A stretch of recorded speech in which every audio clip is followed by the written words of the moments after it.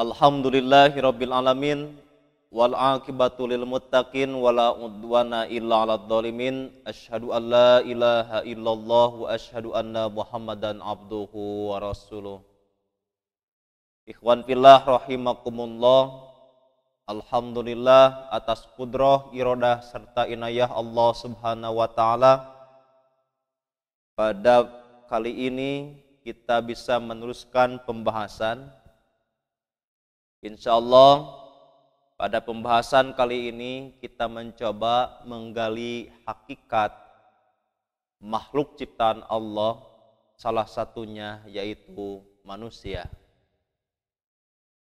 Ikhwan fillah rahimakumullah, tidak ada ciptaan yang Allah ciptakan sesempurna mungkin dan seindah mungkin kecuali ada pada manusia. Kalau kita lihat keragunan, ada ribuan hewan, kita bandingkan antara hewan dengan kita, bagus mana? Ciptaan Allah ada yang bernama malaikat. Malaikat di dalam Al-Quran setidaknya diulang kata malaikat ada 68 kali. Malaikat diciptakan dari nur, cahaya. Dan malaikat oleh Allah dianugerahi akal tapi tidak diberi nafsu. Maka jangan heran kalau malaikat melakukan kebaikan, ya tidak aneh, tidak spesial. Kalau malaikat tidak melakukan kemaksiatan, wajar. Karena apa? Karena tidak beri nafsu. Maka jangan heran kalau malaikat karena memang imaterial, maka tidak membutuhkan material. Malaikat tidak butuh perempuan, tidak butuh seksual. Malaikat tidak butuh harta ataupun yang lainnya. Oleh karena itu ketaatan malaikat berada di puncaknya karena memang tidak diberikan nafsu. Itulah malaikat. Ada ciptaan Allah yang lain adalah hewan. Hewan diberikan otak tapi tidak diberikan akal, hanya diberikan atau dianugerahi nafsu. Maka jangan heran kalau hewan gak perlu dia menanyakan apakah rumput tetangganya itu halal dan haram, karena tidak diberikan akal. Atau kalau kita lihat kucing, gak pernah tengok kanan tengok kiri. Ketika naik puncak seksualnya, rasa hasratnya, tidak pernah lihat kanan tengok kiri, ada banyak orang atau tidak. Itulah gambaran hewan, karena diberikan nafsu. Ada ciptaan Allah yang lain, yaitu manusia. Allah berikan akal, Allah pun berikan nafsu. Maka kalau manusia Allah berikan akal dan nafsu, sewaktu-waktu ketika manusia melakukan kebaikan, maka naik derajatnya itu. Seperti malaikat, hanya potongannya potongan manusia. Tapi ketika manusia mengikuti hawa nafsunya, maka ia berada di bawah binatang. Di bawah binatang. Bahkan lebih hina dari binatang. Wajar kalau binatang, tapi kalau manusia mengikuti hawa nafsunya, ya kurang ajar. Mengikuti hawa nafsu. Bahkan sebuas-buasnya hewan, ya kalau kita contohkan sebuas-buasnya sapi tetap makannya itu rumput. Tapi sebuas-buasnya manusia dimakan trotoar, solar, EKTP, wah segala tuh. Gak dimakan manusia itu, saking buasnya. Maka posisi itulah manusia menjadi rendah. Oleh karena itu, agama turun untuk manusia agar akal mampu mengendalikan nafsu.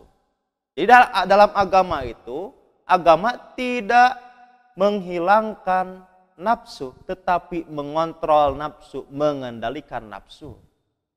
Kalau ada laki-laki suka terhadap perempuan, perempuan suka terhadap laki-laki, maka ada jalan dalam agama, yaitu nikah. Maka nikah inilah jalan agama untuk menyelesaikan antara akal dan nafsu.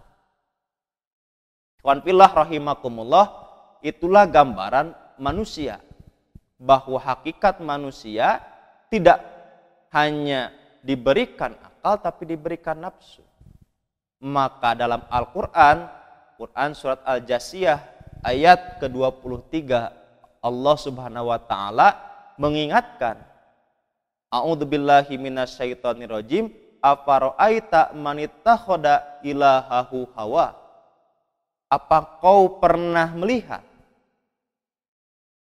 man ittakhadha ilahahu hawa, orang yang menjadikan hawa nafsunya itu sebagai Tuhan. Artinya ia diperbudak oleh hawa nafsu. Maka bagi kita selaku umat manusia harus mampu mengontrol hawa nafsu. Tidak ada memang manusia yang sempurna. Tetapi sebaik-baik manusia ketika memang dikuasai oleh hawa nafsu, maka ada jalan lain. Apa? Agama memberikan jalan ketika melakukan kemaksiatan, adalah jalan taubat. Akan tetapi jalan ini ditempuh bukan arti kita harus melakukan kemaksiatan dulu, tetapi lebih baik mencegah dari perbuatan kemaksiatan. Ikhwan fillah rahimakumullah, apalagi kita mendekati pada beberapa hari ke depan kita akan melakukan Idul Fitri, atau kita akan sering dalam adat kita dinamai dengan lebaran. Dalam ibadah itu jangan kita termasuk orang yang diperbudak oleh hawa nafsu. Kalau kita saksikan memang budaya kita seperti itu. Jadi ada istilah lebaran, ada istilah Idul Fitri. Kalau kita saksikan lebaran identik dengan mudik. Lebaran identik dengan makanan. Lebaran identik dengan pakaian baru. Boleh itu semua. Itu lebaran. Tapi lebaran berbeda dengan Idul Fitri. Tidak setiap orang yang lebaran bisa termasuk Idul Fitri. Oleh karena itu kita hati-hati. Karena memang ada istilah dalam sebuah rangkaian kata. Id laisa libasun jadid, walakinal id bi ta'atin yajid. Idul Fitri bukanlah libas jadid, bukanlah pakaian baru, tetapi Id yang dimaksud adalah bi ta'atin yajid, bertambahnya ketaatan kepada Allah Subhanahu wa taala. Oleh karena itu, momen-momen nanti kita ke depan melaksanakan Idul Fitri atau Lebaran, jangan sampai kita diperbudak oleh hawa nafsu. Boleh kita berpakaian bagus, boleh kita memakan makanan yang ada dalam adat ketika Lebaran. Akan tetapi jangan sampai kita tergoda oleh hawa nafsu, berlebihan dalam pemakaian, berlebihan dalam mengkonsumsi. Yang seharusnya kita hanya mengkonsumsi, malah menjadi konsumtif. Itu tidak baik bagi kita, dan dalam agama pun memandang bahwa itu adalah sesuatu yang tidak, atau sesuatu yang dilanggar dalam agama. Ikhwan fillah rahimakumullah, itu saja yang dapat saya sampaikan. Mudah-mudahan ada guna dan manfaatnya. Inilah hakikat manusia, bahwa manusia dianugerahi dua tadi, dianugerahi akal dan nafsu. Maka nafsu inilah harus dikontrol oleh akal. Maka agama datang untuk ini, agar maslahah antara akal dengan nafsu. Ikhwan fillah rahimakumullah, itu saja yang dapat saya sampaikan. Mudah-mudahan ada guna dan manfaatnya. kita tutup saja dengan doa Rabbana atina fid dunya hasanah wa fil akhirati hasanah wa qina adzabannar. Wassalamualaikum warahmatullahi wabarakatuh.